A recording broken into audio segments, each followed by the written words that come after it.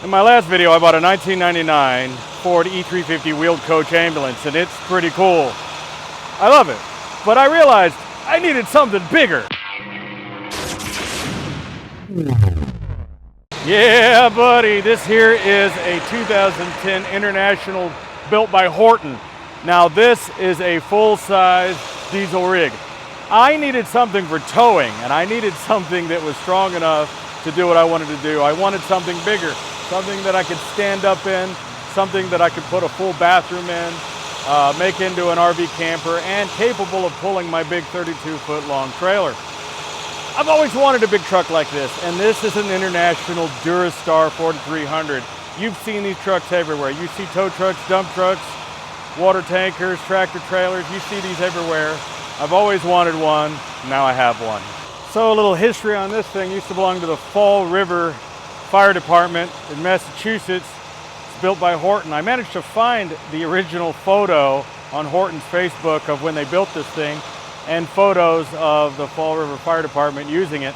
And then they, in 2017, they turned it into their dive rescue truck, and they were using it for dive rescue. It only has like 136,000 miles, has about 15,000 total run hours, 8,000 PTO hours.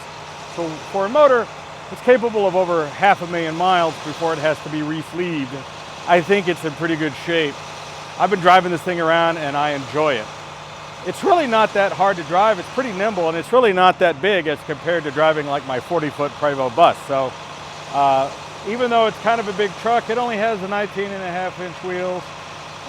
So it's really not that big. It's not quite like driving, you know, a tractor trailer, and you can almost fit it into a regular parking space. I mean, it's not crazy bigger than my Excursion, and you know, I'm used to driving big rigs, and I've always wanted one of these, and I really want to show you how some of this is done on the inside, because the reason I'm doing a camper out of an ambulance is that they just don't build vehicles like they build ambulances. As I showed you in the previous video, which I'll link at the end of this, when they torture test one of these and they flip it over, you can see that, I mean, this thing rolls over up onto its head, and it really doesn't do anything to it. It doesn't bother it at all. It doesn't even piss it off. Matter of fact, this particular unit, being 10 years newer than the other one, has built-in side restraint airbags even in the back. This thing is a pretty high-tech unit for only being, you know, a little over 10 years old. And well, I guess coming up on 12 years old, starting next year. So I like to say 10. It makes me feel like it's not as old. This thing is sweet. You know what else is cool? Las Vegas Fire Department uses the exact same units that are driving around, same color and everything, except they do red with gold. This one's red and white. I'm gonna polish and buff it out, and I'm just gonna leave it red and white. You know how I love red. Storage on this thing is absolutely sick. Of course, this is your oxygen tank area. There would normally be a hoist in here. This actually had a rig to run it up and down so for loading the bottles and things. They took that out. This is a nice big spot. I mean, you can get in there and stand up. Much bigger than the other one. Now, in this area here is where they had the power inverter. The inverter is gone. The inverter was here, they took it out. Normally they put in a 1,000-watt vanner, which was put in here. I have a 3,000-watt version I'm gonna stick in here.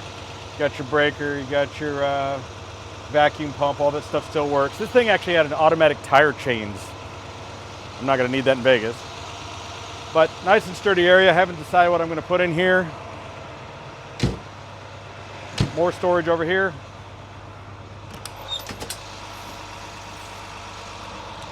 Again, just a nice big box you can put anything in. A lot of people end up cutting these out, but I mean, there's so much room in here, you can really kind of do anything you want. Another thing cool about this particular unit being so much newer, has a universal locking system. I can lock the door in there, it locks all of these cabinets at the same time. That older 99 didn't do that. Now this large area here I'm gonna make into the bathroom. There used to be a divider here and a bunch of shelves. So what I'm gonna end up doing here is I'm gonna cut a door there.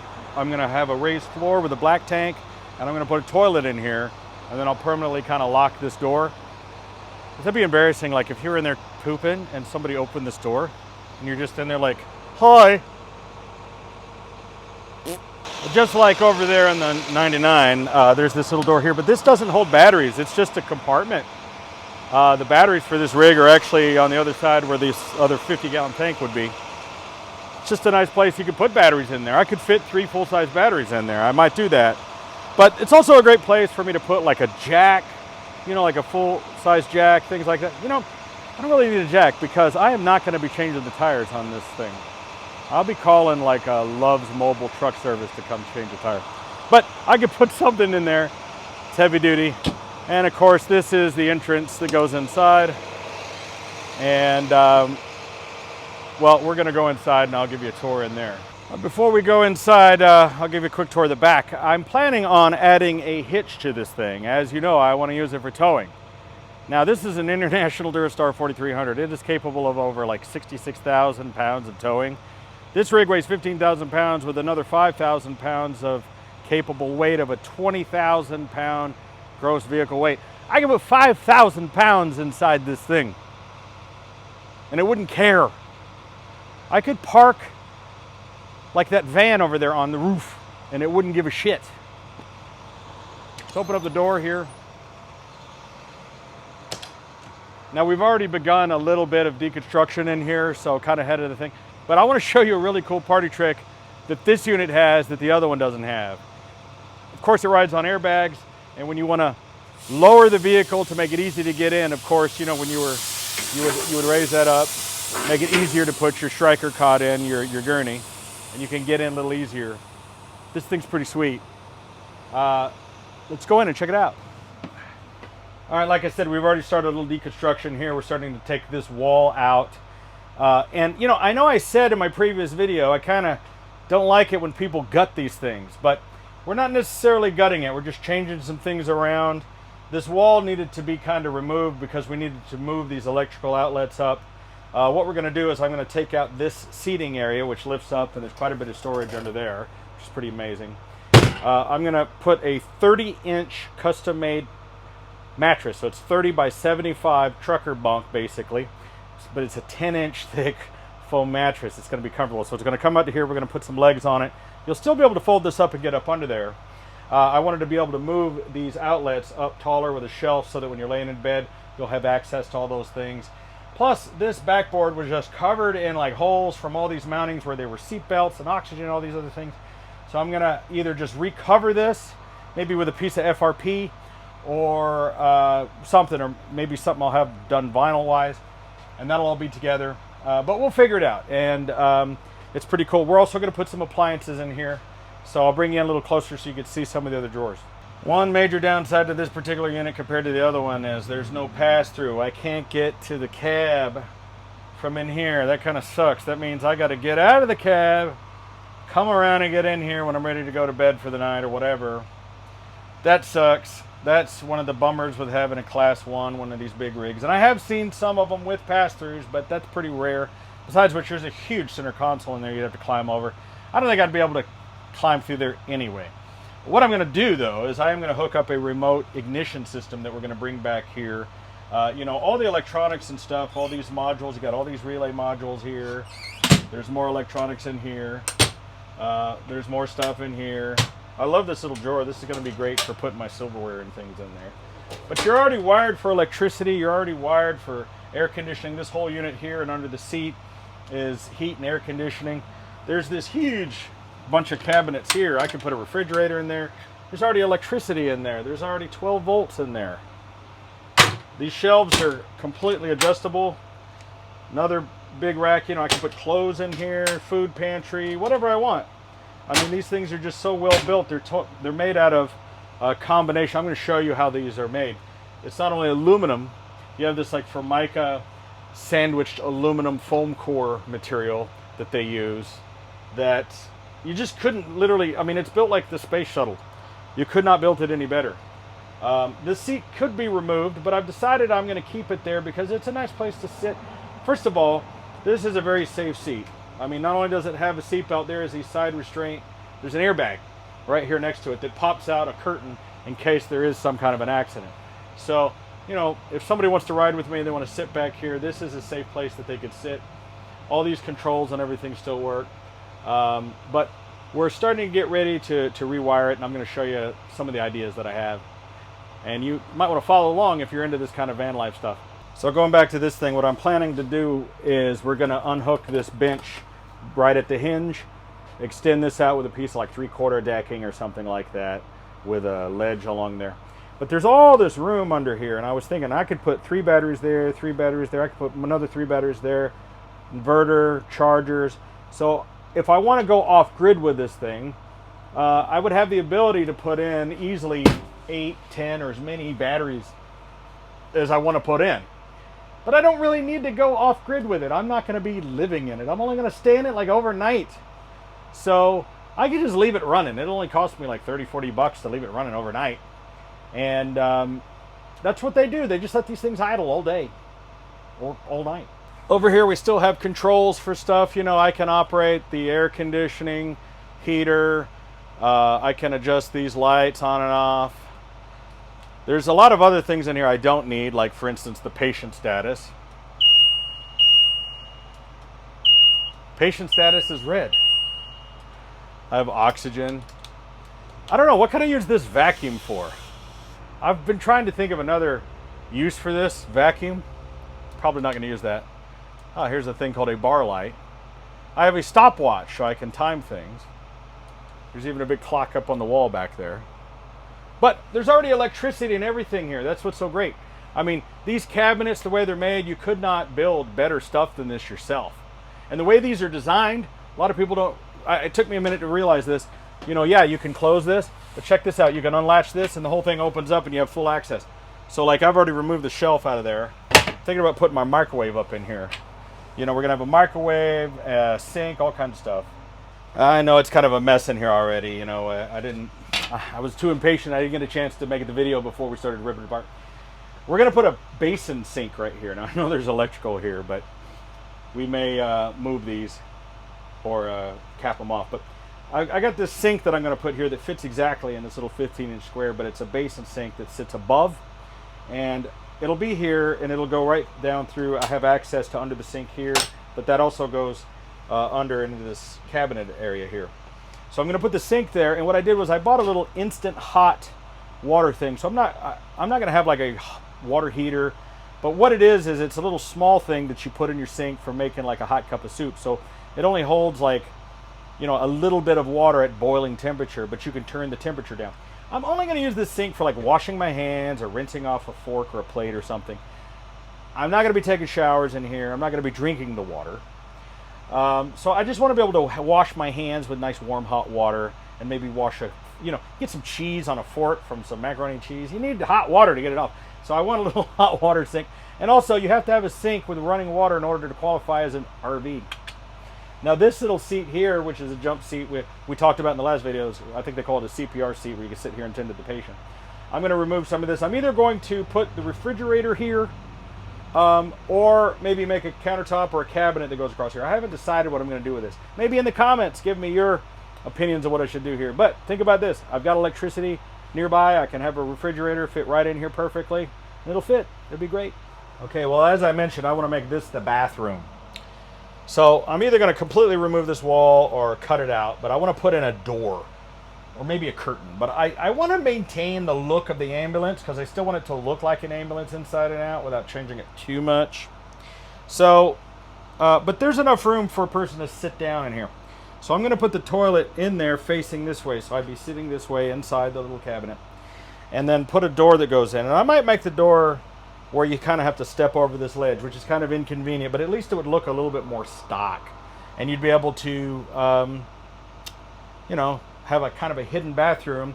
And anything I can do to kind of keep it separate from me and where I'm sleeping. I don't want to smell poo while I'm sleeping. Blech. Blech. Okay, this is what I wanted to talk about. Look at how they build these walls. You have like a formica glued to like an aluminum, with then a corrugated plastic, and then a 1/2-inch super dense foam. Then you have an 1/8 inch of aluminum on the other side of that, and then they rhino linered the other side of this. But I mean, this is amazing material. This is designed so that it won't ever rust. It's antimicrobial, and it's insulated to death. There's no RV made this way. Nothing is made this way.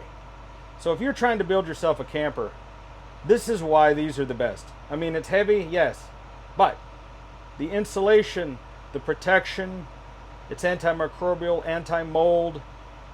Look at it, it's indestructible. I mean, trying to cut through this is very difficult. All right, let's put this back into driving position. Just hit that button. And the vehicle rises back into its normal upright position. How cool is that? Another great thing about that, not only makes it easy to get in and out, but when you're parked for the night and you're sitting down on the frame and you're moving around, you don't have the thing wobbling around, and it's not going to wobble in the wind either. Well, this thing's not wobbling in the wind. I mean, unless there's like a tornado. All right, let's crawl up into this bitch. Now, once you're seated inside, you have this cool little air seat. And just like the truck, it raises your fat ass up into driving position and gives you a nice cushy ride as you're rolling down the road. Now, this steering wheel and this whole thing can move forward and aft, up and down. It's controllable. You have cruise control functions on here, windows, mirrors. It's an automatic with a regular old shifter, like a regular old whatever. Regular old air conditioning controls, got a nice stereo. Couple of truck related things, something called a park regen, which is for cleaning the particulate filter. We won't go into that. But basically, it's just like a pickup truck. You got a few extra gauges here. You know, you got your trans temperature. You don't want your trans getting hot. They hate that. Anyway, you got oil pressure, water, full fuel, your air pressure, voltage. But these are pretty standard things that you'd find on a truck. And then you have this control panel here. I still have the original siren and the radios. I can, you know, I can get on this PA thing here. You probably won't be able to hear it through the microphone, but I could speak through the PA. Yeah, we don't want to. I really don't want to upset the neighbors, but it still has all the little controls, you know, like, I don't want to do that. I don't want to piss off the neighbors. But it has all the sirens. It has the yelps. It has the wails. It has that horn. The air horns on this thing will make you jump out of your gosh darn shoes. They're all here. Check out this thing. This is cool. It's a stream light. This is a fireman flashlight that you mount onto the front of your outfit. It's rechargeable, has a base here, and it locks into place. It's a full-blown fire department rig. And this control panel is sick. I mean, you've got all these controls, all the lights work, all the flashing lights still work. Are they legal? No! You are not supposed to use these while going down the road. But here's the great thing. All the lenses on this thing are clear. You're not allowed to have red or blue or colored lights, anything other than clear or amber on your vehicle, on the front of your vehicle, right? As long as you don't turn them on, you can have them there. You just can't use them on a public roadway. But in a private area, you can turn on all the colored lights you want. Doesn't matter. I'm at my house. They can't do anything to me for that. I mean, legally, I can turn the siren on and have all the lights on, and it's just annoying. I don't want to piss off the neighbors.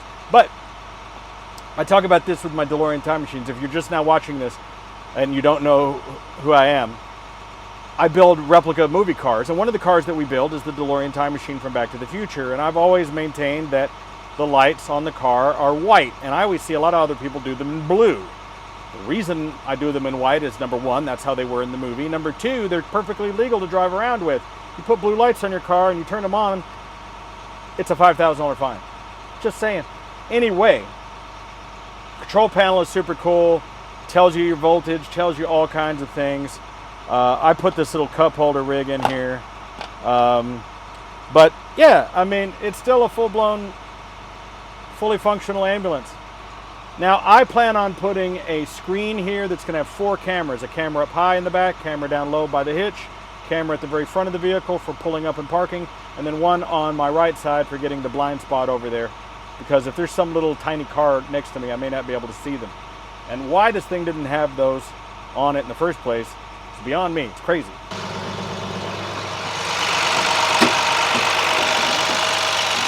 GT466, the Max Force 6-cylinder. This is a legendary engine. They've been making this thing for like 40 years. It's had a couple of revisions. The turbo, it's badass. I don't have all the specs, you can look it up. But it doesn't have any problem getting down the road. And you have easy access to everything. This is a great motor. I'm really happy about this truck. All right guys, that's just a little teaser on this thing. I just wanted to show this thing off. I've been dying to show it to you guys for a while. If you're into this kind of thing, you might want to subscribe, because we're going to be doing a lot of cool work to this thing. We're going to be putting in the camera system, putting in the bathroom, putting in the inverter, probably putting in a diesel heater kit, and then we'll probably do some solar panels, lithium-ion batteries, and all that cool stuff as we go along. And then maybe doing a little hot rod into it too, you know, adding on some little tuner chip to it, doing the hitch, seeing how much we can pull with it, and traveling with it, going back and forth from here in Las Vegas to my shop in Dallas. This thing's going to be a lot of fun. Now, I still have the 99, and actually a guy from Alaska is buying it from me. He's going to be doing the same thing with it, turning it into his little camper. And we're fixing the oil leak and other things for him before he takes it. So if you're wondering what's happened with that, it's already sold, unfortunately. It's kind of a long story, you know, I kind of touched on it a little bit. I was interested in this rig originally, and I had emailed the guy, and he hadn't gotten back to me. And then I went and looked at that 99, and there was like 2 or 3 other people looking at it. I got all excited. I went ahead and offered the guy a cash deal, and I took it home, and I loved it. But then this guy got back to me, and he said, I said, well, where's the truck? And he goes, well, I'm in Vegas. I go, well, I'm in Vegas. And he was just down the street from me. And I went over there and I looked at it, and I said, dude, I'll take it. So I knew I could sell that other truck. I flipped it in like 1 day. It took me no time to get rid of it. I got this thing, and I'm very, very happy with it. I have always wanted a full-size, I think they call this a Class 5. I've always wanted a full-size rig, and now I have one. And here's the thing. If I really wanted to, I could just take the box off and use it as a truck, make it into a tow truck, a car hauler, anything I want. But this thing has the excess power and the ability and the agility to go ahead and pull a car trailer. I can drive this thing. It's an over-the-road truck. I can drive it all the way back and forth from here to Texas whenever I want. I can sleep in it. And here's the deal, like I was talking about with the other ambulance. Nobody's going to mess with you. Nobody's going to knock on the window and tell you to move. Nobody's going to say, hey, you can't park here, right? Look at this thing. Look at it. I'm so excited. Yeah, I love this stuff. Hey, if you love it too, make sure to subscribe to me. I'm Videobob.